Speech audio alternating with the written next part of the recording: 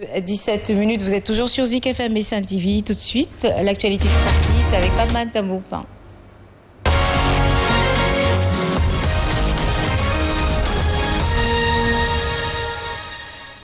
Bonjour Pape. Bonjour Yacine. Un plaisir de vous retrouver ce mardi matin. En tout cas, c'est un plaisir partagé comme tous les matins. Merci. Bien.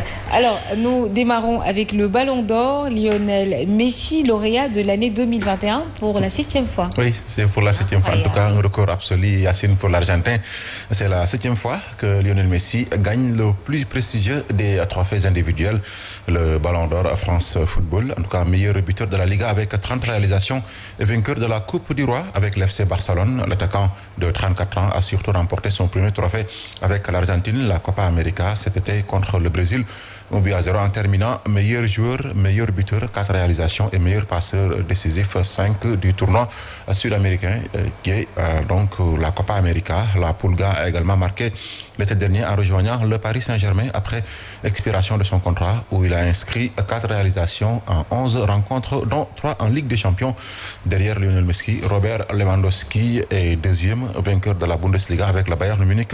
Il termine meilleur buteur de l'année 2021 avec 64 buts inscrits en 54 matchs. Et pour compléter le podium, Jorginho, le milieu de terrain italien de 29 ans, a terminé à la 3e place du Ballon d'Or, vainqueur de la Ligue des Champions et de la Supercoupe de l'UEFA avec Chelsea. Il a également remporté l'Euro 2020 avec la sélection italienne. En revanche, pour la première fois depuis 2010, Cristiano Ronaldo ne figure pas sur le podium et a été classé à la 6e place, alors que Karim Benzema, vainqueur de la Ligue des Nations avec les Bleus, est au pied du podium. Yacine. Nous poursuivons avec le trophée Yachine pour le récompensant.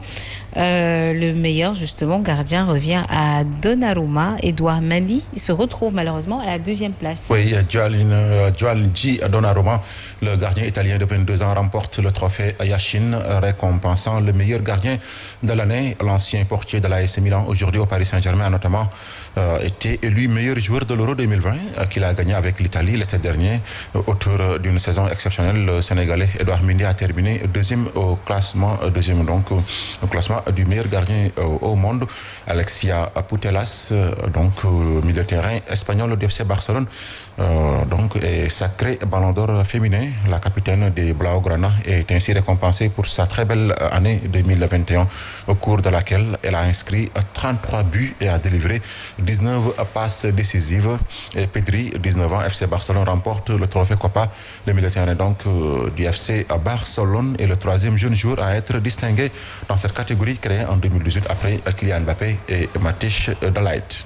Eh bien, alors, classement beach soccer, les Lions se hissent à la 5e place également. Oui, les champions d'Afrique grimpent au classement pour s'emparer de la 5e place. La bande à Alice Ndiaye dépasse ainsi le classement des équipes comme la Suisse, l'Italie et l'Espagne.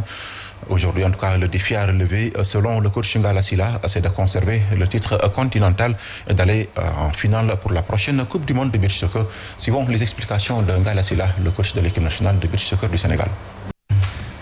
Dans l'actualité de ce journal sportif, parlons également de la Coupe du Maire à Bignona. L'ASC Saint-Etienne, relais et sacrée championne devant l'ASC Kadiamor. Oui, Kadiamor, oui, c'est à Bignona, l'ASC Saint-Etienne relais donc et sacrée championne de la Coupe du Maire édition 2021. Après avoir battu l'ASC Kadiamor sur le score de 3-1, la finale s'est jouée au stade départemental dans le plus grand fair play. À l'occasion, Mamadou Lamine Keïta a annoncé l'ouverture du stade municipal de Bignona en 2022. Abdourahmane Diallo. La rencontre a opposé l'AS Saint-Etienne relais à l'AS Kadiamor au stade départemental de Bignona. Le parrain du tournoi s'en félicite de la très belle prestation des deux équipes. Nous avons assisté à une très belle finale, remportée par l'entente Saint-Etienne relais face à une ASC Kadiamor qui n'a pas démérité. Même si Saint-Étienne Relais est le vainqueur de cette finale, le maire de Bignona attribue cette belle victoire à toute la jeunesse de sa commune. Pour moi, il n'y a pas de vaincu. Il n'y a qu'un seul vainqueur, c'est la jeunesse de Bignona. La joie était très immense chez les Verts Blancs. Leur capitaine Famara Barry perd même les mots devant notre caméra. On est émis, c'est l'ambiance, on est très contents.